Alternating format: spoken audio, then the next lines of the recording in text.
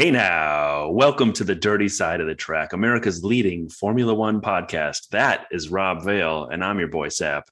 Rob, what's happening?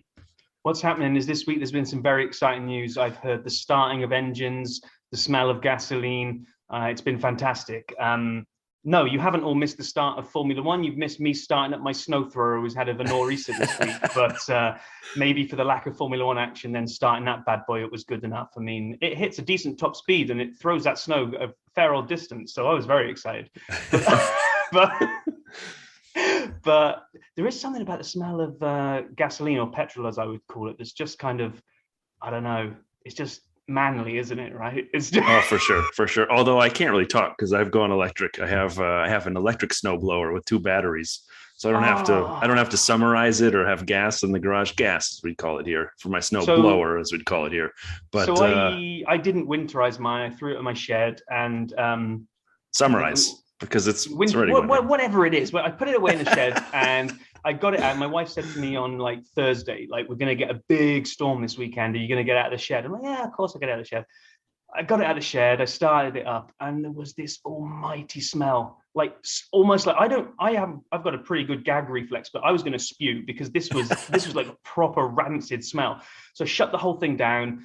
I take the cover off the engine and little family of mice had made their house inside the engine bay. No. I don't know if they were still there. I think when I started the thing up, if they were there, they would have run away, but their nesting and their poop and everything else was still there. And when I started it up, I just basically cooked it and then smelt that. So I think I might need to pass back to you to do the social review while I get over the smell of cooked mouse nesting. Oh, man. The nor'easter brought all the worst out of everything. Well, across the other end of the globe, yes, we live on a round ball. It's not flat. In Australia, Danny Rick was appointed a member of the Order of Australia for significant service to motorsport. So big kudos to Danny Rick. I hope he had a Schuey with the premiere and had a good time. Another note, Nikita Mazepin put a workout picture on his Insta. And if you guys haven't seen it, please go. We'll post it somewhere or retweet it on our socials. But he was working out with Cristiano Ronaldo. And something horribly wrong has happened to Cristiano Ronaldo's legs. There are muscles in places there shouldn't be muscles. It actually looks like his calf has been turned around and put up on his quad. It is, I mean, the man has muscles in his legs that don't exist as far as I'm aware. You get those pictures of the guys where they say, oh, I guess you skipped leg day, when they're all kind of like Arnold Schwarzenegger up top and they're kind of like sparrow legs down the bottom. Well, this guy has never missed leg day in his life. And if he's probably doubled down on leg day, because I've seen pictures before when he's warming up for Manchester United and kind of you're thinking, geez, I mean, there's a little bit of man jealousy going on with the legs, but you're right, that picture, it just looks wrong. And you've got to go and check it out if you can see it, because it just looks like... it looks like it's Photoshopped. There's no way those legs are real.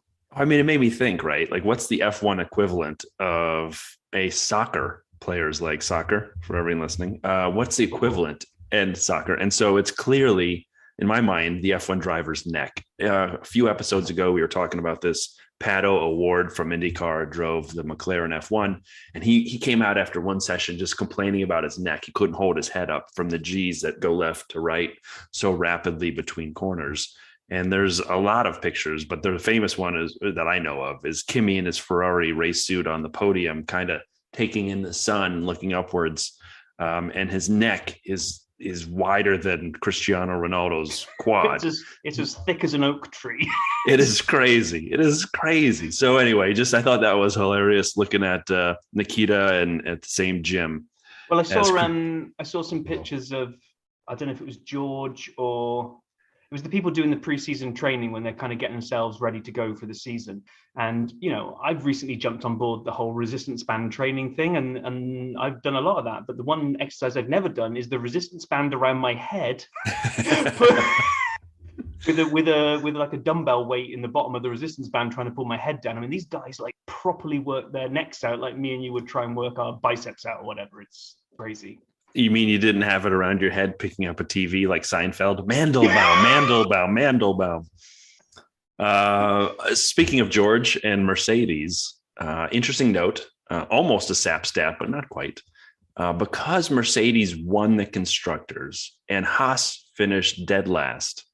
They did an example of how much wind tunnel time each constructor is allowed this year. So from January 1st, Mercedes will have 280 hours in the wind tunnel during the aerodynamic test period against, in this example, as I highlighted, Haas, who has 460 hours because they were last. So here's where it gets interesting. That's like 7 hours a day against 4.5 for Mercedes. And in 2021, if you go back, Ferrari, because of their bad 2020, was allowed 102% of the wind tunnel time allowed, blah, blah, blah. It means an extra session.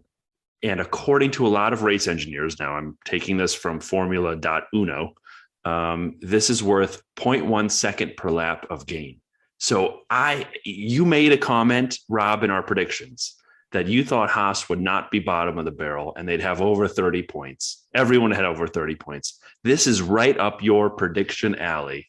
Yep. I cannot wait to see if this makes a difference for teams like Haas or if it actually disadvantages Mercedes, but it's going to be exciting and fun to see.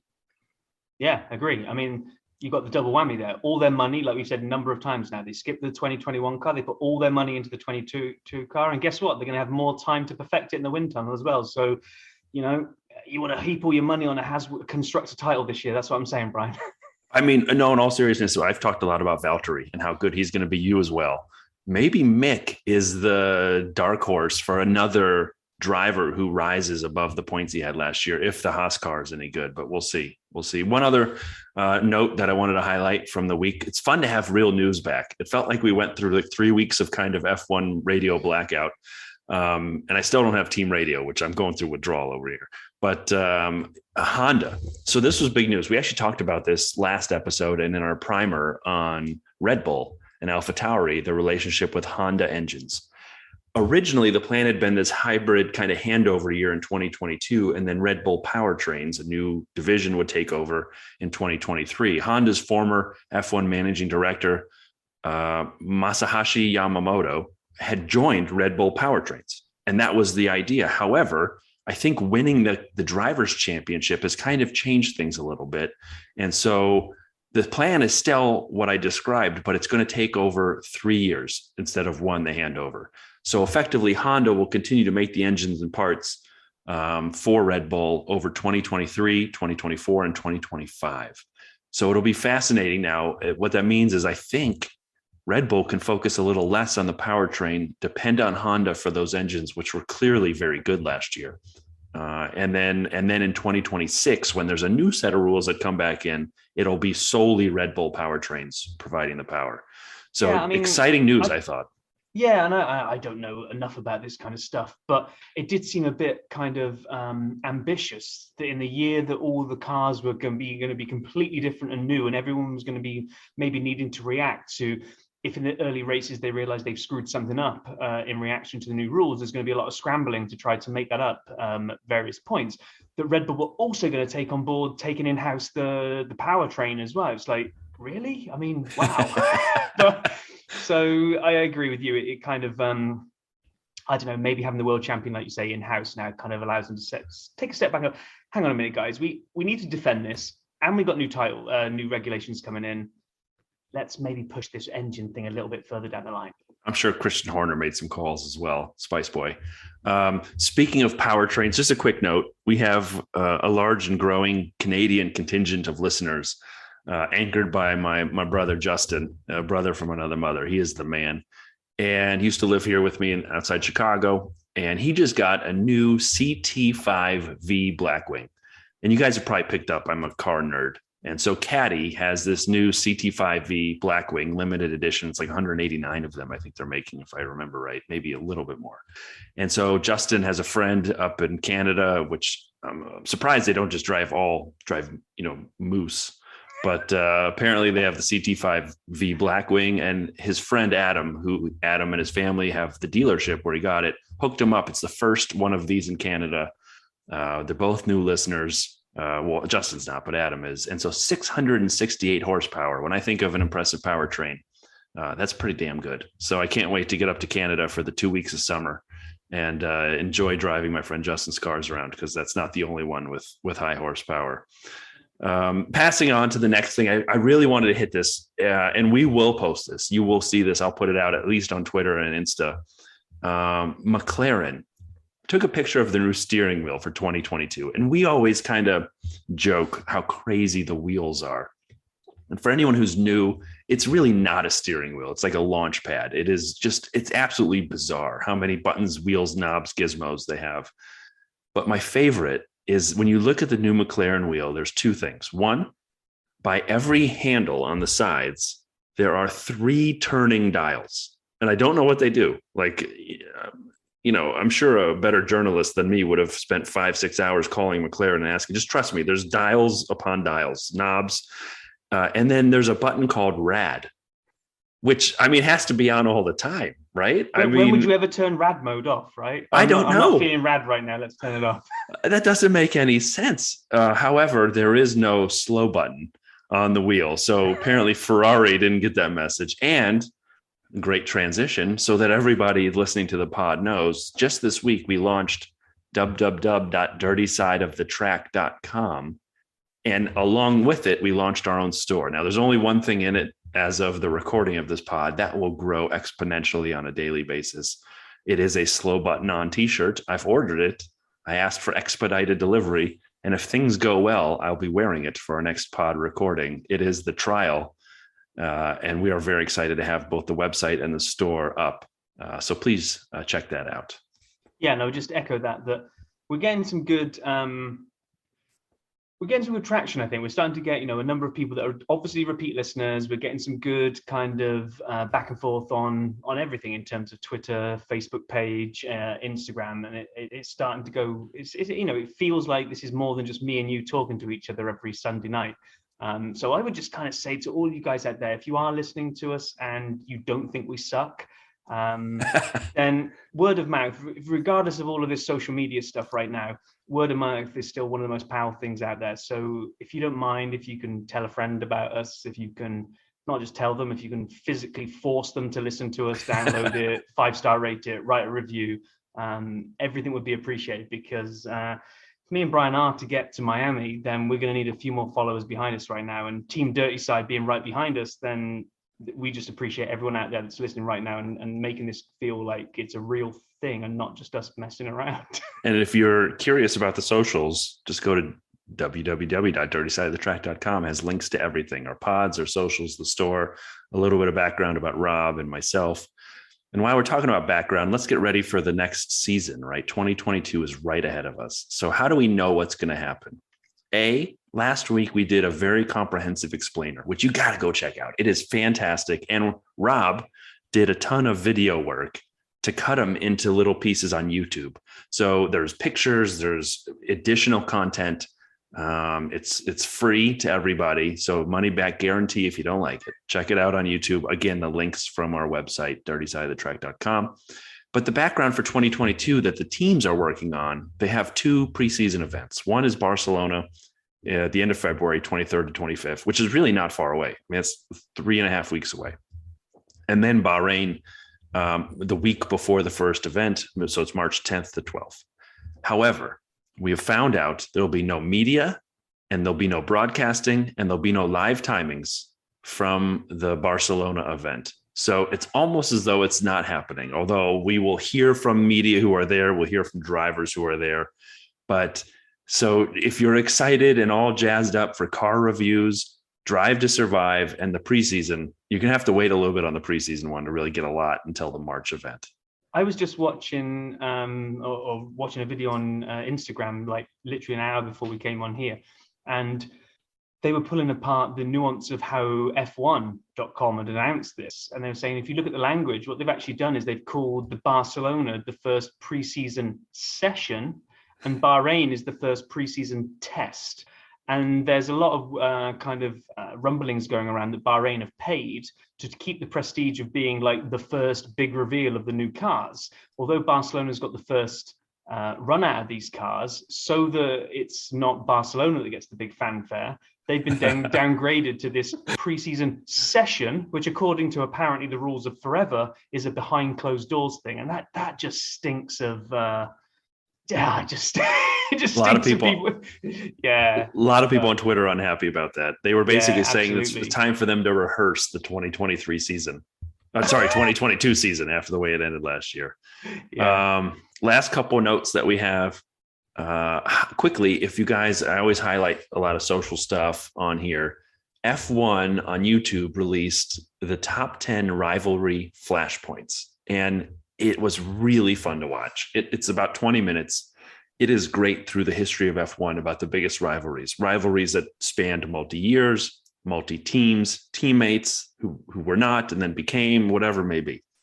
And the 10th was Mark Webber and Sebastian Vettel, from which we all learned what multi-21, or as the engineer called it, multi-map 21, which means take your team orders seriously. And Mark Webber never let that go. And he won a race shortly thereafter when he'd been ordered Seb had been ordered to stay behind it. And Mark Webber, realizing he was the number 2 driver, basically said this: "Fantastic guys, bad for a number 2 driver. Cheers." Not bad for a number 2 driver. Cheers. So he never let that go. And that lasted. They were teammates and then not. And again, it goes 10-1. The question I'd ask, timeliness. Rob, where do you think Hamilton and Verstappen is on the list? This is, I got to pretend I haven't seen the list now, haven't I? But I was shocked when I saw this because I thought it would have been way higher up the list. But when I realized where it was, I kind of took a step back and thought, well, it was kind of manufactured by Massey. It actually really wasn't. If it was that moment, I haven't seen the video, so I'm not sure which Hamilton Verstappen moment it is. There were a number this season that it could have been, but actually, when I look at the others that are on there, I'm not surprised. But shall I just say it? It was 9th. Yeah, go for it. 9th. And so you're right. It's basically been what, a season and a half, maybe 2 seasons of real challenges. 1 season that was hot and heavy. And yes, Lewis may feel this way. It's going to haunt me for life. It's going to haunt him for life. What happened in 2021? I don't blame you, Lewis. But so yeah, it was 9th, and so I'd recommend everyone who wants to go watch. There's a lot of great action in there. And Rob, why don't you talk to us about a rumor that we're hearing that's kind of interesting? Yeah, this was kind of just added this just before we sat down to record this. Is that we've seen that this week Alpine have added their name to the list of constructors that have released their date for when we're going to see their car, and there's 4 left to go, but the conspicuous one in there is Red Bull, and then people are saying, well, why haven't they announced yet? And there's a rumor flying around they've actually failed their crash test and they're going to need to go back to the drawing board to some degree, and there's various different counter arguments of, oh, this is normal and it'll just be a small tweak, but it must be worrying to be coming this close to the start of the season, and no one's really shot that down, and I think there's been almost no comment from Red Bull now, and you can read that either way, that there's nothing to react to or they don't want to say anything right now. But yeah, it's kind of a bit worrying that they've maybe failed something that close. FIA regulation, so it's not like a small thing where they can just kind of go, oh, we'll sort it out, put some duct tape over the front and we'll be fine. Well, the question is Lando speaking about the Red Bull car? It's broken! It's broken! We don't know. We're not really sure. Yeah, that's fascinating. There were a lot of rumors earlier in the calendar year as well that Ferrari had figured out some magic unlock on the car as well for 2022, and that was quickly kind of disappeared. So we'll see if there's truth to that or not, but it's going to be a fantastic year. Stick with us here on the Dirty Side. Before we move on to kind of the rest of today's content, just the final thing I'd say is that I can't give you a firm prediction of who it's going to be, but you just get the feeling that one team is going to have done something which is going to give them a huge advantage, which the others are all going to be up in arms about because they're going to say it's not inside the regulations. And the FIA are going to crawl all over it and find out that, no, sorry, guys, these guys are just beating you to the punch.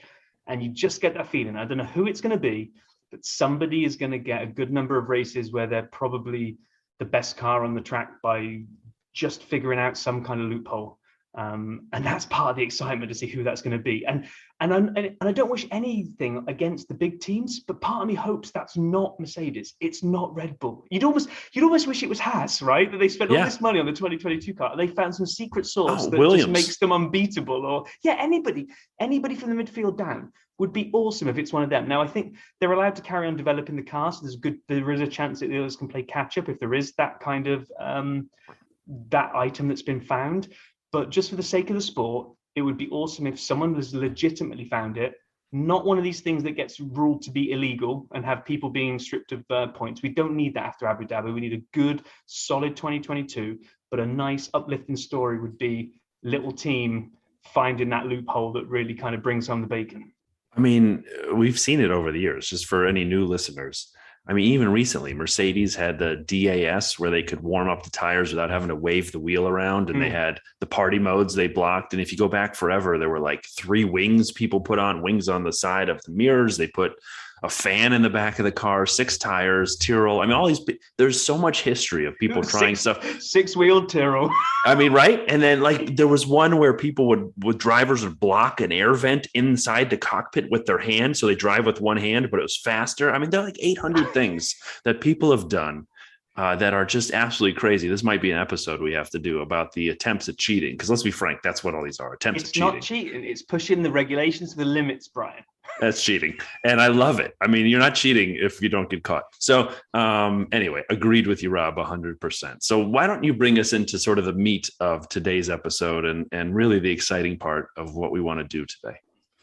Yeah. Okay. Thanks, Brian. So we had a really good reaction to the Jim Clark episode that we did a few weeks ago. Where because I did it. Yeah, because you did it. And this is never going to live up to it. But we just thought that because of how that had gone quite well, and people had said, it's good to get that kind of view of drivers of yesteryear. Friend of mine, Simon, he's an Aston Villa fan, which won't mean much to you, but for his sins, we'll forgive that for him. But he's an F1 fan as well. And he kind of said, look, I didn't really know much about Jim Clark. And I listened to your episode, and then I went and sort of sought out the Grand Tour episode, and it was amazing. So we thought, well, let's just try and make this a regular thing where every once in a while we pick a driver each that we decide to go over their career. We'll probably get a few of these maybe in before the season starts. And then who knows, when we're in the season, especially when we get to those periods where there's 2 weeks between races, then maybe we'll pick one on that middle week. So it turned to me this week, and I'm a kid of the 80s, and I was only really seriously getting into Formula One in the early 90s. So to give you a time reference, I picked someone who I just thought was awesome, and I followed his entire career, right from when he first made his debut all the way through to when he retired, and a couple of times, which gives you a hint maybe that this week we're going to follow on the one and only Michael Schumacher. So we'll take a look at his career. Let's get the awful stuff out of the way first, right? The same way we did with Jim Clark. Jim Clark unfortunately died on the circuit. Schumacher hasn't, but who knows? Maybe as good as. No one really knows what the condition he's in right now. So back in almost 10 years ago now, which I couldn't believe when I was looking at the dates when we were pulling this together. I remember the news when it came out, and it doesn't feel 10 years ago. No, and we're really not far. So December 29th, 2013, on a ski trip with his son, Mick, who's now in Formula One. They're crossing off-piste between 2 ski runs, and he falls and hits his head, and it was a bad hit. Coma for 6 months, and it's not. No one ever knows anything since, really, because the family's such a tight-knit family, and they've decided that private is private. And actually, I commend them for that. They've not turned this into a circus, and no one's allowed in to see him, so no one really knows how he is. But that's that. So let's move past that piece, and let's go all the way back to the beginning. So I'm going to go back to before I even knew anything about him, and I'll admit that if you haven't watched the Netflix documentary Schumacher, then go watch it. Okay, a big chunk of it's in German. It's all in subtitles, but it doesn't matter. It's fantastic. So good. It really is. And what I really love about this is I think I'm a sucker for people that do things the hard way. I love the underdog story. I love the ones that go against all odds to do things. So his dad was a bricklayer who eventually bought a karting circuit, and he put the engine of an old moped on the back of a go-kart frame when he was about 6 to give Michael his first driving experience. And when he even got into go-karting, again, although they were running the karting track, they were a poor family. So Michael's go-kart was basically scrap that was salvaged from other carts that were being thrown away. They would get tires, just general pieces from other carts, and slap it all together and put it on Michael's cart. So he grew up knowing how to get the maximum from a dog of a cart. So, and just bodged together with random pieces, and he still made it happen. Exactly. And even from an early age, he loved driving in the wet, because the wet was a great equalizer, that his poor equipment versus the expensive equipment, well, Mother Nature making this circuit wet would just kind of take all that advantage away. But he had an insane ability in the wet, and he basically quickly moved his way up into German Formula 3. But before we move on to that, when you go, and like I say, you've got to watch this documentary, and I'm going to flash forward a little bit, but there is a scene where he is looking at his dad fixing his cart up for him, and he's bending over looking at the cart and watching what his dad's doing.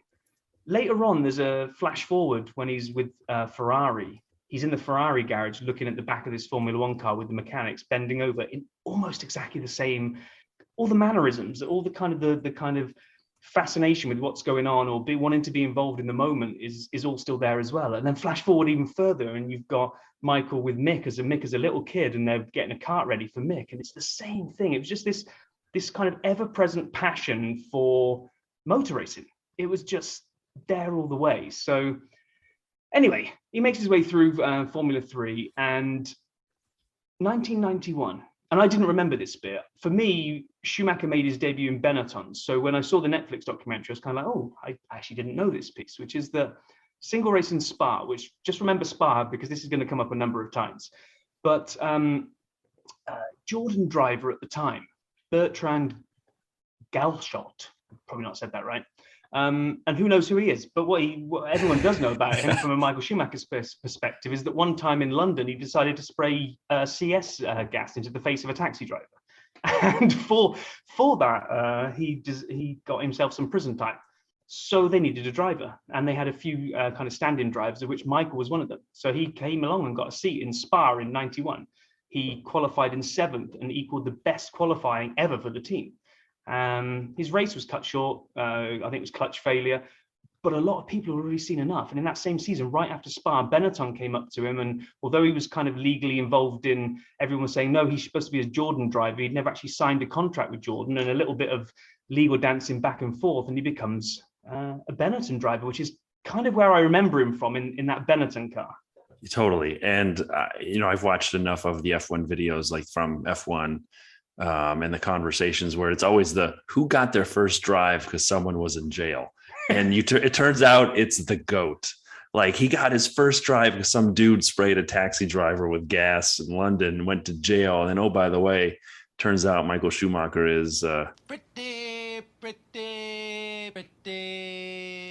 good.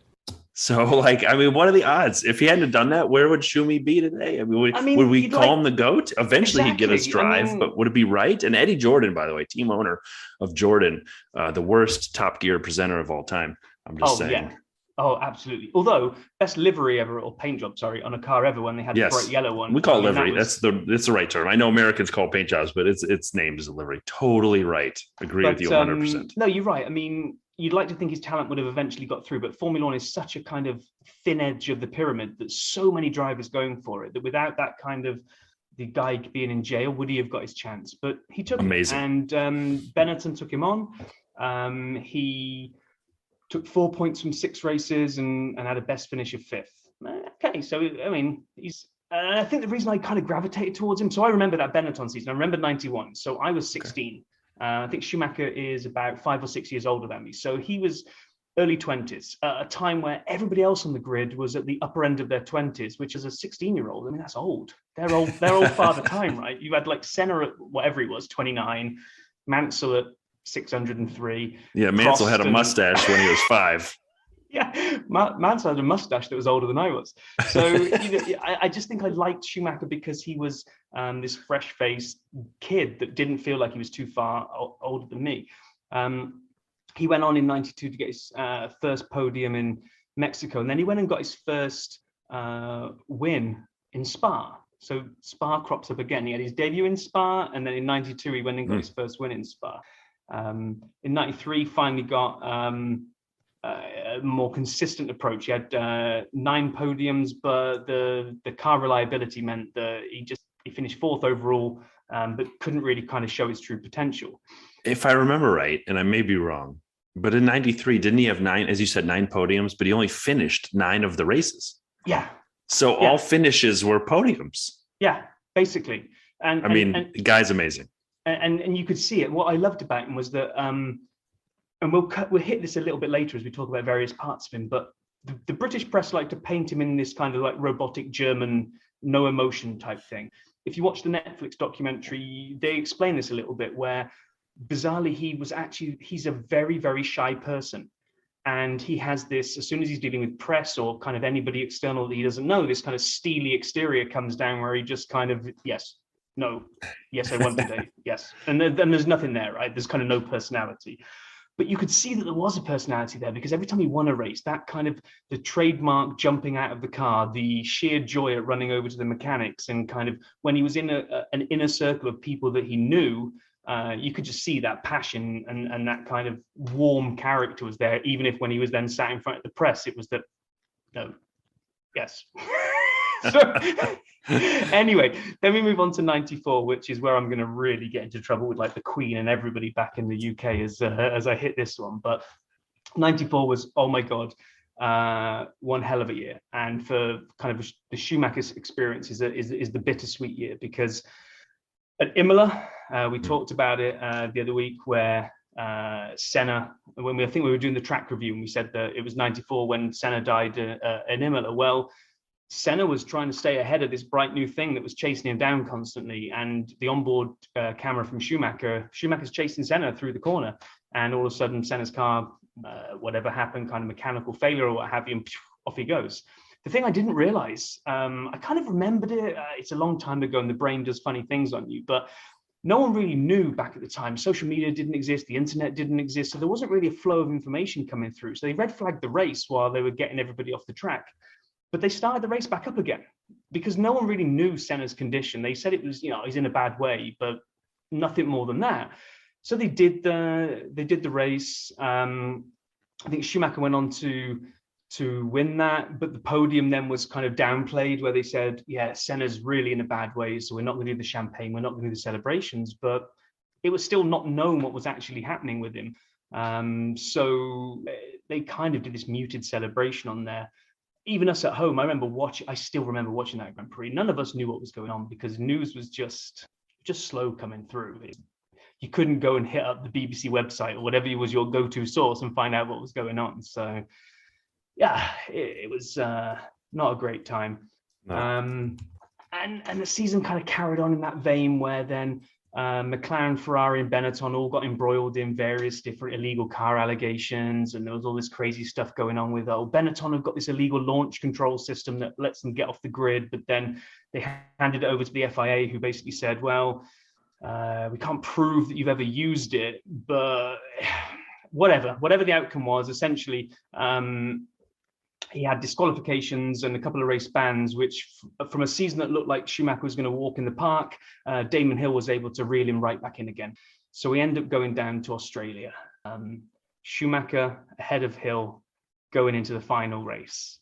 And this is where I'm probably going to get my British passport away from me. But going into, I think it might have been 10 laps left, something like that. Schumacher and Hill have basically been not separated by more than a couple of seconds, like for the entire race. And all of a sudden, Schumacher just finds a groove and starts pulling away a little bit and starts pulling out a little bit of a gap.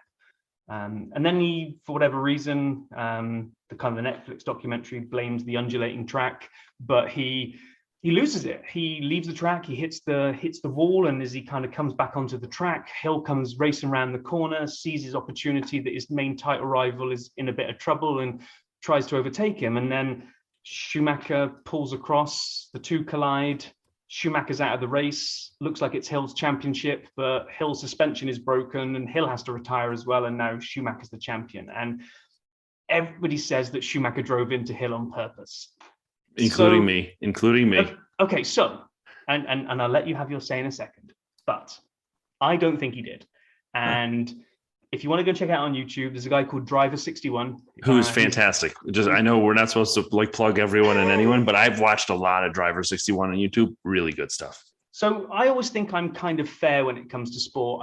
I've kind of quite often been like down the pub watching, say, an England game in football, and I don't know, something will happen, and all my buddies will go, "Oh my God, that was a penalty," and I'm like, "Yeah, it wasn't, was it?" Because for my sins, I tend to be quite honest when it comes to looking at sport, even if I should favour the team that I'm kind of rooting for. But when you look at what Schumacher did, he hits the wall, he comes back onto the track, he snakes left and right a little bit, which on the Netflix documentary, he says that he was trying to get rid of the debris, the grass and the mud that would have been on his tyres from hitting the wall. Driver 61 says, actually, I think he's testing out the rear suspension because it looks like the rear suspension broke when he hit the wall, and he's getting to grips with the steering because you can actually see the car snaking as he comes back onto the grass. This is a long explanation for him running into Damon Hill. Then he takes the racing line through the corner. He's he's over half a car ahead of Damon Hill. And all I would say is, if we brought that to the current time, and if that was Verstappen going for the inside of a corner and Lewis was closing the door, everybody would be up in arms saying, typical Verstappen, being aggressive, going for a gap that isn't there because the car that is ahead of you on the track has made the apex and has closed the door. Okay, forget the situation, forget that it was the championship on the line. When you just look at where the cars were on the track, Schumacher has the advantage. He makes the corner first, he hits the apex. On the onboard camera from Hill's car, he locks up at the moment that he realizes Schumacher is closing the door. He knows he's dived in too soon. And the last piece before I hand over to you is that Hill never admitted that it was his mistake. But what he did say was, if he'd have realized the damage to Schumacher's car, if Schumacher hadn't pulled out that 3 or 4 seconds so he couldn't see the impact, because by the time Hill came around the corner, he just saw Schumacher returning to the track. He hadn't seen the impact with the wall. He actually said he would never have gone for that corner because Schumacher would have been a sitting duck and he would have got him a couple of corners later. So that's about as much as a British guy ever gets to admitting that he was wrong. He shouldn't have gone for that inside corner. Now, we'll cover the Villeneuve thing later, so let's not get into that one yet. But on that moment, I believe Schumacher had the corner and he just turned in. There was no second turn. There was no extra move. So the defense rests. Well, it's good that you presented your case first. So let me just say this. I view Michael Schumacher as the greatest driver of all time. So, we talked about Jim Clark. We could talk about Senna. We could talk about Hamilton. I think Schumi is the best. Or I know you call him Schuey. There's a lot of names for him. Red Baron. I would say in Yiddish we could call him the Big Macher because that means big important person. That's the end of his name. But there's like a little bit of a negative connotation, so let's not do that. Anyway, back to the point, a couple things. So first off, you mentioned Senna and his passing and Schumacher being right behind him and them not knowing.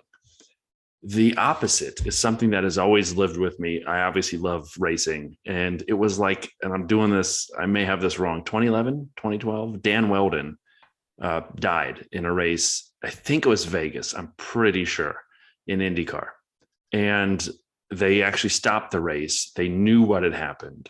And they did a tribute to him to kind of close the race up. They didn't even finish the race. And so it's on YouTube. If you haven't seen it, watch it. It's like 30, 40 minutes. It'll make you cry, the middle part of it. So I actually don't know what you do. Like I'm not smart enough to have a take on what happens when a racer passes during a race. And obviously, as you said, in 94, it was a much different situation than it is now. However, moving on to more fun and cheerful topics, Michael Schumacher, he has the Kobe gene, right? He's going to beat you and then rub your face in it. And I know we all don't want to talk about it. Kobe made it popular. It wasn't popular when Schumi did it. And so it reminds me a little bit of two drivers in Formula One when Kevin Magnussen and Nico Hulkenberg used to go at it. Once again, most unsportive driver of the grid. Yeah. Most unsportive driver on the grid. Suck my boop, mate. By the way, just for the record, I put that beep in. I'm amazing. So you're a legend. I am. I would say Schumacher, you reference this. This is one time with Damon Hill. It comes back again with another driver where the exact same thing happened. Yes. It's not. No, it's not. It is. And here's why it's the same. Here's what you're wrong. You are wrong. Here's why it's the same. You're right in that Damon Hill came around and didn't know how, disabled Schumacher's car would be. He didn't know that. But the difference was Schumacher wasn't going fast enough to compete with Hill in that corner. So Hill was trying to pass him on the inside, not take the corner, but pass him. And Schumacher turned in knowing he was cutting him off. It wasn't closing the door. It wasn't going for the apex. He was closing the door. Bull. Anyway. So, and I love the guy. He's one of the greatest ever. But he is one of the best competitors ever. And so in my mind, he knew exactly what he was doing. He ran Hill off the track. He knew he had the championship. And this is exactly why the whole world was nervous when Verstappen and Hamilton went to Abu Dhabi, because they were tied on points, but Verstappen had the lead in what races won. And everyone was worried Verstappen run into Hamilton, take them both out, and he'd win on default. It's basically, they could have called it the Michael Schumacher rule. He's the greatest ever, but he did it on purpose. Keep going. So before I move on, you're absolutely right. Michael Schumacher was, and I think it was Jean Todt that said this, was that there are people that know how to drive a car to the limit. Yeah. And that's great. And if you can drive a car to the limit, you're going to be a great driver. But if you can sustain the limit, if you can drive the limit lap after lap after lap for an entire race, not just for qualifying, not just for a quick stint when you want to do an undercut, but if you can push the car to the limit for the duration, then no one's ever done that since Schumacher. Now, unfortunately, when you know how to drive a car to the limit, you've also got to be accustomed sometimes with what happens when you go beyond the limit. So there are you run into your competitors. There are many overtaking maneuvers where you kind of look at some of the times where Schumacher ran people off the road. He just did, but it was allowed in the rules back then. Schumacher wouldn't be allowed to do a lot of the stuff that he does these days in terms of that kind of leaving an entire car's width, because maybe he would because he would drive within the rules. But back then, you could defend as much as you needed to defend, right? So I don't know enough about Fangio, but I would say there are 4 drivers, and for everyone not on YouTube, I'm holding up 4 fingers, who you always hear the same story about. Like you just said, who knew how to drive the car, who could have a spiritual bond with the car. So they knew, they didn't run off the tires. They didn't kill the brakes. They didn't, burn the car's clutch or over rev the engine or run out of gas. It was always Clark. We talked about it in our Clark episode. He returned the car in brand new condition every time. Better than brand new. Right. Senna never ran. I mean, his car failed, but it wasn't usually his fault. Schumacher. And Hamilton, who gets on the radio and complains about his tires every time, but can nurse those things. He can turn inters into slicks like he did in, I think it was Turkey, 2 years ago. So I would say the 4 of the greatest drivers are famous for their ability to work within the bounds of the car, but push the expectations of what they can do. So I just wanted to get that. I was going to do that later, but I just, as you said, that's good, because totally it's a good segue into the next piece, which is that for me, Schumacher cemented his position as just being the best for me when he moved to Ferrari in '96, because the easy ticket, the big rumor was that Williams was sniffing around him, and Williams and McLaren, as we've talked about when we did the constructor comparison in our episode last week, they were dominating. Then Williams and McLaren were the kind of the big ticket items, and Ferrari hadn't done anything for 20 years. So for Schumacher to go to Ferrari over Williams and decide that he was going to make the difference there, and again, not knowing it at the time, but now knowing it through looking at the Netflix documentary, the ability to want to go there and be part of rebuilding something, and not just be the guy that's paid to turn up and drive on the day, but actually be part of the garage, part of the turnaround, part of the building something for the future. That move to Ferrari was massive. I loved Ferrari anyway. And I can't even claim to be a Glory fan, because growing up as a kid, they hadn't won anything I don't think they had a driver's title since '79. I was 4. I don't remember that. So, but I just loved the Ferrari for some reason. And he went there and he didn't set the world to light. I'm not sure these days he would be given the amount of time. We'll kind of quickly go through these kind of the 96 to 99 when he first went there. He didn't really set the world alight, but you could see he was starting to build something. So in '96, he won 3 races. which isn't fantastic considering he'd just come from Benetton, where he'd had his 2 world titles, and the second one he'd absolutely dominated. Him and Johnny Herbert had kind of, well, he'd won the title, and with Johnny Herbert, they'd gone and got Benetton's one and only constructors. So they were like on a high. So he's gone over to Ferrari. He's won 3 races, which is apparently the best that Ferrari had from 91 through 95 combined. Those 3 wins were dark were years. Above. Yeah, exactly. And then he went and had, and I do remember this one, kind of like little memories that you have that you can kind of recall from when you were younger, but absolute masterclass in Spain. The rain came down. The rain in Spain falls mainly on the Formula 1 circuit. Falls mainly on the track. And in this race, he lapped everybody up to 3rd and was basically 5 seconds a lap faster than everybody else on the circuit. Just the guy knew how to push the car in every condition. In the rain, he was just an absolute master. And it was made even more special by the fact that the car he was driving was widely acknowledged by being an absolute dog. That Ferrari was horrible. Eddie Irvine called it the bathtub. Apparently something to do with the aerodynamics. They designed the car thinking they were getting a leg up on stuff, and they built the cockpit very, very high, so it came quite high up on the shoulders, and everyone thought it looked like a roll top bathtub that you sat in. And it was an awful car, but Schumacher proved that he could get results out of something that was even a dog. Go on, Brian. Go on. I was going to say, in the documentary that you mentioned, it really reminded me of an earlier sort of F1 memory, and in Ferrari in particular. So you'd see Schumi sitting in the garage, or as you'd say, garage, late at night, working with the mechanics and kind of just being there with the team to fix the car, to get it to work better. And if you go back to Niki Lauda, James Hunt, and Lauda in particular, who, had sort of an engineering brain. It was an amazing driver. We should do him on a focus conversation. But Lauda with Clay Regazzoni at Ferrari, they'd sit there and they'd set up their own cars in preseason, and Nicky's would be so much faster. And Clay's like, I want his setup.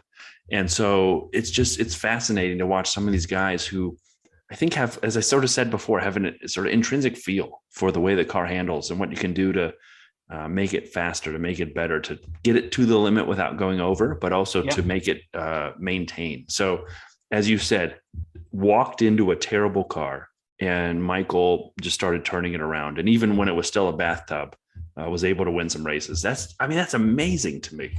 Yeah, absolutely. And you've got to feel like Eddie Irvine in that year must have felt kind of really awkward, because he's widely criticizing and panning this car and saying, well, it's a terrible car. I can't get anything out of it. I don't know what you expect me to do with it. I'm going to get the best I can get out of it. This guy waltzes in and it's a different mindset. He can agree, and Schumacher can go, yeah, it's a terrible car, but I'm still going to win races with it. And I think it's that we see it across lots of different sports. There are certain people that rise above and pull out results they shouldn't be able to pull out. And everybody that follows a different sport will have their own, whether it's like a soccer example for me, whether it's Tom Brady, whatever it is, whatever sport you follow, there are individuals that can just take a crap situation and look through the crap and go, okay, yeah, this is crap, but here's how we can maximize it. And I just think it takes a special mindset. And then he was helped. I tried to dig in to find out if some people put this all on Schumacher's shoulders, that in 97 he managed to get Ross Brawn and Rory Byrne for his old buddies over at Benetton to come join him at Ferrari. I don't know if it was particularly Schumacher that went and convinced them, but it does seem that those three had a bit of a bond, and he came over, and that was the beginning of what was about to become. Now, they didn't win for a while. They had a car that was getting close, and I think 3 seasons on the trot, it was getting close. Now, this is the one where Schumacher screwed up. He absolutely did, and this one there's no defending on it, right? He had Villeneuve, he went into the final Damon Hill version 2. But no, totally different. Absolutely, totally different. This one, he's not ahead of Villeneuve going into the corner. He's not got any right to do what he does, and he just steers into the guy. Just absolutely steers into Villeneuve to take him out. That is the competitor knowing that he's about to get beaten, and in the final race for the championship, ran right into him. And what happened? Tell us what happened. Well, didn't really take him out hard enough, did he? Screwed himself up, and Villeneuve was able to go on and win it. Now, and where did Michael finish? Was he second? Well, technically, I mean, he finished second in the championship. However, as the FIA looked into it, they decided it was a ridiculously unsportsmanlike conduct and banned him from the entire season. So once again, most unsportive driver of the SECMA 28. Yeah. Okay. And even Ross Brawn basically said that they all looked at it in the garage and were like, "Oh, Michael, what have you done? What have you done?" He apparently came back to the garage and was like, "Did you see Villeneuve run into me?" And they were like, Michael, you might want to watch this. And I think on the Netflix documentary, it's 3 months until Schumacher basically acknowledges that, the adrenaline of the day calms down. He kind of takes it all in and realizes, that was me. And although he kind of like admitted to it, the FIA were like, we're just going to wipe your 97 didn't happen for you, my friend, and you got 0 points and you finished last. Which is why I think, again, just backs up my whole view that he was right in the Hill situation, because the FIA investigated it and took no further action, whereas this one was ridiculous, where he actually drove into Villeneuve on purpose. So just saying I was right. Anyway, moving always right. You're always right. Always right, even though you're moving wrong. on to 98. He lost the title in the last race again. Spa flags up again as Spa continues to appear in Schumacher's career. He's well on the way to kind of looking like he's going to secure the first title for Ferrari. It's the rain, like it always is in Spa. And Coulthard, conveniently, Häkkönen's teammate, is blue flagged because Schumacher's coming up to pass him. Now, I've watched this a couple of times. I like David Coulthard. I don't know that he did anything wrong. I don't know that the telemetry shows that he did anything wrong, but he eases up. He eases up to let Schumacher pass. Now, yes, he eases up on a straight. There's a plume of spray coming out the back of his car and Schumacher can't see the car. And before he knows it, Coulthard slowed down and Schumacher runs into the back and loses his front right wheel. So good night, Vienna. I mean, I've seen that too. I cannot understand how that's Coulthard's fault. And isn't in the documentary, isn't Damon Coulthard in like a karaoke with Schumacher? Like they look like they were good buds. I mean, I was going to come on to that later. The Schumacher that we never got to see behind the scenes looks like he was a barrel of laughs. They karaokeing with Coulthard, right? I mean, that's what it's a shame that part of him these days now, with social media the way that it is, we get to see that kind of behind the scenes character of all the drivers, whereas we never got to see that. And I'm glad you brought that up, because that's kind of piece that I thought was amazing in that documentary. And he was so angry about that crash and everything you see, but then you see him in the documentary with his arm around him doing karaoke, and I'm like, that's fantastic. And I'm sorry, you mentioned Mika Häkkinen. I mean, Mika Häkkinen went on to win it that year, and they've been rivals since karting days as well. But I read a lot of articles that he had the most respect for any competitor of Mika Häkkinen. He thought he was the toughest person he drove against. So like whenever I see Mika Häkkinen, I always wonder, like, if you didn't go up against the GOAT, what could have been? I mean, the GOAT thought you were the best. So to me, that you mentioned a couple of drivers, and it's just fascinating to see the relationship that Schumacher had with them. No, I agree. And then we go on to 99. Now it really looks like the kind of the secret sauce of Brawn, Schumacher, and Byrne is starting to come together. And it looks like this is finally going to be the year. And then Schumacher has catastrophic brake failure and ends up face first into a tire wall and breaks his leg. I got to be honest, I was watching that live and that didn't look good. But then when he kind of got pulled out of the car and they had all the sheets around him and he's waving from behind the sheet, you're kind of like, okay, he's all right. But like, that's season over. I had to look into this one. I think it was 100 days or something he was out for. He missed a number of races, enough to completely rule him out of the title. But he came back in Malaysia. And again, this is what kind of separates kind of like the normal from the GOATs, which is that he's been out with a broken leg. He's coming back in. He's been past fit to race. And does he come in and kind of like help the team by getting a couple of points and getting them back on track? No, he just comes back in and wins. Just comes straight back in and wins. And him and his points and coming back in helps Ferrari finally secure the first constructors title since 1983. So it wasn't quite Schumacher at the top yet, but the car was going in the right direction. He comes back from breaking his leg and kind of helps it. And then they get to just the amazing, the golden years, 2000 through 2004, 5 straight drivers' titles for Schumacher. This is when everything comes together. Everything is perfect. After all those kind of almosts, they finally deliver. So 2000, he's got Rubens Barrichello, which one of my favorite other drivers of all time, just the best smile in form. People say Danny Rick's got a great smile. I'm sorry, but until you've seen Rubens Barrichello smiling, you've not seen anything. He wins the opening 3 races. It kind of gets pegged back a bit. It all goes down to the penultimate race at Suzuka, and there's a great clip on the documentary where he comes in for a final pit stop, hoping that he's jumping Mika Häkkinen in the pit stops, and Ross Brawn comes over the radio and says, "It's looking good, Michael." And Schumacher in the documentary says he always says that. That was just the sort of thing that he said to calm me down. And then when they saw Mika Häkkinen appear at the back of the pit straight, and Michael was blatantly going to come out ahead of him, Brawn upped his "It's looking good, Michael" to "It's looking bloody good, Michael," and that was the moment Michael knew. And I think it was 10 laps he needed to coax that home, and there it was, first driver's title since 1979 for Ferrari, and it just rolled from there.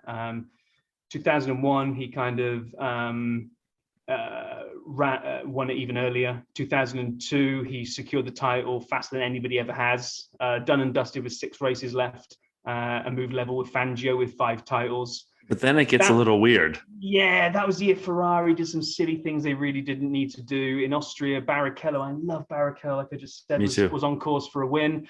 And Ferrari threw team orders in and swapped the order around to give Michael the win. They didn't need to. It was so far clear. They just didn't need to rob Rubens of that win. They did, but Rubens moved over. He moved over, and there was booing on the podium. Yep. And today, you still don't have that kind of team order coming across the radio. There'll be codes. You know, I joked about it. We talked about Weber and Vettel as the 10th biggest rivalry in Formula One. That's where multi-21 comes from, which is at the time, the Red Bull language for move over or keep position, I should say, keep position. And so they basically broke 2002, the idea of having an out loud team order on who finishes first and who finishes second. So, I mean, again, your guy, he's running into Villeneuve, he's running into Damon Hill, he's stealing positions. I'm sure he was in his engineer's ear. I should finish first. I'm the champion. That's Ferrari. I'm sure he wasn't. I'm sure they didn't talk about it before the race. No, that was all Ferrari. And then they tried to orchestrate that. He's Kobe. He's Kobe. If Kobe were a race car driver, this is what Kobe would do. And I love Kobe, so I love Michael. I mean, I'm just saying but let's credit him for having the Mamba mentality. And he said, "I'm finishing first. Damn it. Give me the win." And the team executed it, and then it broke the whole Formula One in 2002. But anyway. And then they tried straight after to do that ridiculous, perfect, tied, equal photo finish in Indianapolis, and Schumacher ended up winning it by 48 centimeters, something like 0.0001 seconds ahead, because they didn't quite get it completely accurate. Didn't they see the Ford versus Ferrari movie already? Come on, that happened a long time ago. But anyway, he wraps that up. 2003, again, it goes to the wire. It goes right down to the last race in Suzuka. All he needs is 8th spot to secure the title, but he has a first lap collision with Sato that sends him to the back of the grid after he has to go for a pit stop to get a new nose. He fights his all the way back up. By lap 40, he's into the 8th spot that he needs. Everything's looking great. And then he gets shunted off at a hairpin, or chicane, sorry. And who shunted him off? Oh, yeah, Ralf Schumacher. I mean, if he hadn't gone on to get the 8th spot that he needed to get title number 6, I would not have wanted to be sat around the Christmas dinner table that year when Ralph turns up. Seriously. 2004, he wins 13 races of the 16 races that year, and he wins his 7th title. And in a kind of a nice bit of poetic symmetry of his career, Spa turns up yet again. He gets his 7th world title by winning in Spa, where he'd made his F1 debut, and he'd also claimed his first ever win in F1 at Spa. And although Lewis has equaled it, I mean, 5 in a row hasn't been equaled. Nope. Rosberg put a little bit of a bubble in that one, and Verstappen's going to put another one. So Lewis isn't going to get 5 in a row. I mean, that 5 in a row was fantastic. And the only thing to add more about 2004 was he won the French Grand Prix with an unprecedented, historic 4-stop strategy. People talk about Ross Brawn being this kind of genius, and if anything backs it up, it's that. No one has ever seen the like of it before. I don't remember the 2004 French Grand Prix, but did he need to stop for a pee every 2 laps? I mean, I don't understand what the hell happened. Why you do 4 stops and still win? That's amazing. Just think he liked to wave to the pit crew. Punch him in the knackers. 2005 saw new regulations come in, and all good things come to an end. Ferrari struggled to adapt to the new regulations. Michael finishes third. He only won 1 race. 2006, kind of struggled again. He finished second with 7 wins, but 7 wins, 12 podiums, 4 poles, and then retired at the end of that year. So kind of brought down his career, or so we thought. He took a bit of a new role. He was kind of an ambassador at Ferrari, doing some kind of advisory role. In 2009, Massa, I don't know if you remember this one, Massa got hit by a piece of suspension spring that kind of came up off the road and went through his helmet, and he was out for a while. And they actually requested that Schumacher was going to make a return in 2009 and cover Massa for a few races, but Schumacher had a motorcycle accident earlier on in the year and his neck just couldn't hold up to the G-force. That kind of put pay to that. So everyone was like, oh, that's it. That's the last time we've ever seen Schumacher in a car. Or was it? So he came back in Mercedes. I like to think this was his attempt at Ross Brawn had gone there. I think he wanted to kind of help rebuild something again.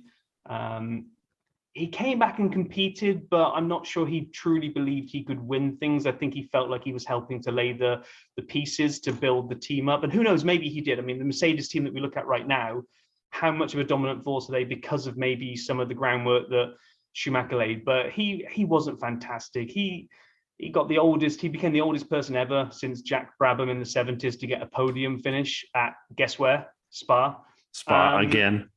And he became the second driver ever to compete in 300 Grand Prix. But he just basically in his final interview said, I'm not here to get the paycheck and just drive and then go home. I need to be part of the entire thing and help push the whole thing forward. I just don't think I've got the kind of energy and motivation to keep doing that. It's time to spend time with the family. And you can't kind of begrudge him for that, right? He was all or nothing, I think. He wasn't going to be able to just turn up and just put a few laps in and go home. That was never going to happen. Never. And we heard from our own guest, our first ever guest, our only guest at this point, Paul Harris, who worked on those teams. And he talked about Schumacher, who had achieved everything you've described, yet would still put a picture of all the team members in his driver's room with some facts about them so he could learn more about them quickly and get to know them more and have a relationship with them. And if you listen to the pod when we had Paul on, that blew my mind that the greatest of all time would go through the lengths to have that on his driver's room wall, to learn about everybody on the team and be part of the team and not be idolized. Like you never saw Jordan in his locker having the picture of the guy who parked his Ferrari, his Testarossa. That wasn't something he did, but Schumacher did that. And so you mentioned that, and like he was all or nothing. He really believed in the all, and he had those Lauda tendencies, and he had those driving abilities of the greatest of all time, and he brought it all together, and just tremendous. So I'm sorry, I just wanted to add that because to me, when I heard Paul's story, and then you see the documentary on Netflix, hear Paul's story from our pod, and then even watching, as I mentioned this on a separate episode of The Dirty Side of the Track, when you watch Mick talk about his dad, and when they try to go backwards, champions from 2021 backwards to the 1950 season, he goes, I just want to get to my dad. And when he does, he goes, my dad. And you can see the pride in him. Yeah. So to me, I'm sorry, I just wanted to jump in really fast because I do agree he's the greatest of all time. I think or at least I think he's the greatest of all time. I didn't hear you say that necessarily, but I think he is. And he's amazing, but he's so much more than I think we give him credit for. From watching these other pieces, you realize just an amazing guy. Yeah, I mean, I think I watched the documentary when it came out. I think it was last September. And then obviously we had Paul on a few weeks ago. And I watched the documentary this week when I knew we were doing Schumacher this week. And watching it again and after Paul's stories, that's when it kind of really hit me that he was more than a driver. He was a leader amongst those teams that he went to. He was, the first man in the morning, the last man out of the garage. They showed that picture on the documentary. All the other garages are lights out. The only one that's still got the lights on is the Ferrari garage, and there's 4 of them in there, 3 mechanics and Michael. he knew their names. He knew their wives' names. There's the scene in there where he makes sure that the team chef is just as included as everybody else. Nobody's beneath anybody. Nobody's got to bow down to Michael because he's the driver. It's a family. It's a family with attention to details where we basically win together, we lose together. And I think that galvanizing of the Ferrari team and making them all feel like they were part of it is what turned that team around. And that's a real secret sauce. I'm kind of looking at this and thinking, right, Lewis has eclipsed a lot of Michael's records. And that you can't take that away. Yes, you can say there's more races a year and there's more opportunity to, but so what? Lewis has still got to go and win those things, right? But question for you, just before we kind of wrap this one up, can you see Lewis leaving Mercedes to go to something like, I don't know, Aston Martin, and galvanizing that team to turn them into constructors champions and win it in something like that? What do you think? I don't, and I love Lewis. I love Lewis very much. I think he's amazing. I think he's actually underrated, if that's possible. No, it requires a certain kind of Kobe, and I didn't anticipate bringing up Kobe as we prepared for today. The Mamba mentality was not in my notes, but as we were talking about it, the parallels, especially we just hit are about to hit the anniversary of his passing. And just to me, no, I don't think there's another driver on the grid today that has that mentality that would bring a team together like that. I just don't. And maybe it's the smoothing out of Formula One, bringing in sponsorships, dealing with the media, where that's just not tolerated. I don't know. But yeah, I don't think my answer is no. I don't think there's another driver like him or anyone who could do what he did on the grid today. And you kind of see it from sport to sport. And I'll go back to mine because it's my other sport, and I'm going to call it football. We all know what I'm talking about. Right now we're at a point where it's almost little bit like that, where everyone will talk about Ronaldo and Messi as being kind of the two greatest players in football, but they're at the end of their careers. They're going to be moving on soon. And it's like, who are the next ones that come through? And you kind of think, well, do you just get lucky sometimes that you happen to be born where you get to witness greatness through the sports that you view, right? And some people will live through an entire generation where they don't get to see it, or maybe they do when they're very, very young or when they're very, very old. But I'm thinking, well, yes, there was Senna. Yes, there was Clark. Yes, there was Fangio. Hamilton's going to get all the press now for the records that he's got. I just don't think he's got that extra thing around him that really elevates him beyond the stats to greatness. So we know we love a SAP stat here. So I'm going to finish on a couple of pieces that I had, and I'm going to hand it over to you to take us home here, Brian, because nobody can take us home better than a SAP stat. But while Lewis has kind of taken a few of the records, some that Michael still holds, tied with Lewis with most championships of 7. So that one's still I'm going to still have that as Michael holds that. The most consecutive titles ever, 5. We mentioned that. Lewis isn't going to be able to do that now, with Rosberg and Verstappen kind of puncturing his winning streaks. Most wins in a season of 13. Vettel tied this in 2013. I need to double check my stats, but I think Vettel did that in a season where there were more races in the year. So Vettel kind of had more opportunity to win those 13. So statistically, they both won 13 in a season, but I'm going to say Michael's 13 is better. Highest percentage podium finishes in a season. And I was thinking, what's this going to be like? 95.2, 78.3? It's going to be a high percentage. What is it? It's 100. 3 digits. In 2002, 100% finishes on the podium. Full 3 digits. And then that obviously ties into the last one that I've got, which is the most consecutive podiums is 19, which spans the 2002 season with a few podiums from the end of the 2001. 19 in a row. I mean, not only did he bring a team, Brawn and Byrne, that could bring a team that was now reliable, but then he's got to deliver it. And he did every single time. So for me, A, he was the greatest ever. B, he didn't crash into Hill. Over to you. He definitely did. Yeah. So as we close out, I have a special edition of Sap Stats music. Sap Stats. So here we go. What was that? Whoa. What was that? So Nothing But a G Thing, the greatest song ever by Dr. Dre, who's doing the Super Bowl halftime in 2 weeks. It was also one of the best memes where the sunglasses come down on the guy's face. And I could have gone back to the old school one that I was using last week. The F1 theme on a mariachi band. That's really good. But that's the one. Today from Schumacher, it requires a little G thing. So 91 wins. 29.64% of his races were wins, 68 pole positions, 77 fastest laps. He had 155 podiums. That's over 50% of his races ended in a podium. What? That is, I mean, in my mind, that goes back to the Crofty sound. What has happened? 50+%. He had 22 hat tricks, which is where we talked about it. Your pole position, you're the fastest lap, and you win. In the Jim Clark episode, we talked about Jim Clark's 8 Grand Slams, which is the hat trick plus led every lap. Schumi had 5. That's a ton of Grand Slams. What we don't talk a lot about is the fact he had 68 retirements, where sometimes he was black flagged a little. He had some crashes. He may have ran into Damon Hill and Jacques Villeneuve. And yeah, it's my turn. And so he had 68 retirements, though, which is 22% of the time. He had 5,111 laps led. That's 30% of all the laps you raced. He led. He raced 16,825 laps. He started on the grid in an average position of 4.87, yet finished in an average position of 3.7.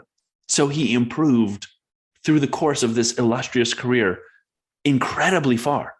But here's my favorite one. Here is my favorite SAP stat. We're going to go back to the old mariachi one.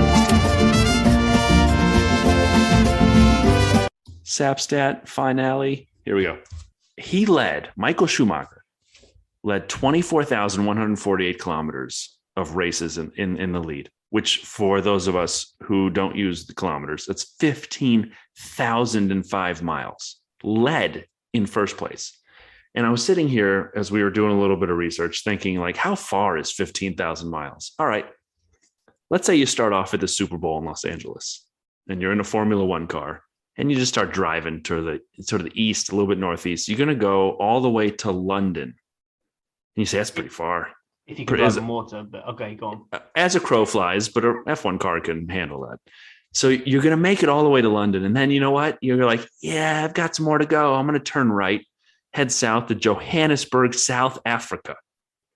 And then you're going to get there and go, yeah, I'm still going in first place in all these races. I'm going to make a hard left, head a little bit of east, really northeast to Mumbai. And you're going to run out of first place like a couple hundred miles before Mumbai. But you would have been in first the entire way from LA to London to Johannesburg to Mumbai. Michael Schumacher was in first place the whole way. He is tremendous, amazing. I know based on what I understand, he's still struggling with the brain injury that he suffered. I wish him and his family nothing but the best. I cheer for Mick wholeheartedly. And in my mind, Michael Schumacher is the GOAT, even though his video games were horrible trash for Formula One games. I'll give you that. Yeah. I mean, he just put his name on it. He didn't make them. But it's not like I mean, if he had been involved in bringing in the developers, they'd been the best. Lights out each night, they would have been the best ever. But exactly. So anyway, Rob, I'm gonna turn it to you to close. It was your choice. It was fantastic. Thank you for the bio. Why don't you tell everyone a little bit about next week as well as we close it out? Well, two things. So one, close out the week. Schumacher kind of defined. Like I say, from being kind of getting into Formula One, really remembering being involved in it kind of from the age of 16 all the way through to when he retired. I mean, Schumacher was like just my idol. I just loved watching him race. And I'm just glad that we got a chance to do this episode. So I'm looking forward to doing more like this. So it was fun to do this. For next week, we might have to keep this under wraps a little bit still, because we're still not 100% sure it's going to happen. But we are working to having guest number 2 coming onto the show. So keep an eye on social as we try to firm this up during the week, but we should be having another special interview episode next week. But until then, just like to say, keep it on the dirty side, keep pushing the pod, keep telling everybody about it, keep rating it, keep reviewing it, keep just forcing other people to listen to it till they're sick of hearing about it, because this thing, we're going places, Brian. We're definitely going places. So even if it's to bed. But anyway, thanks everyone for listening. Have a wonderful week. You guys rock. Thanks for being part of the dirty side.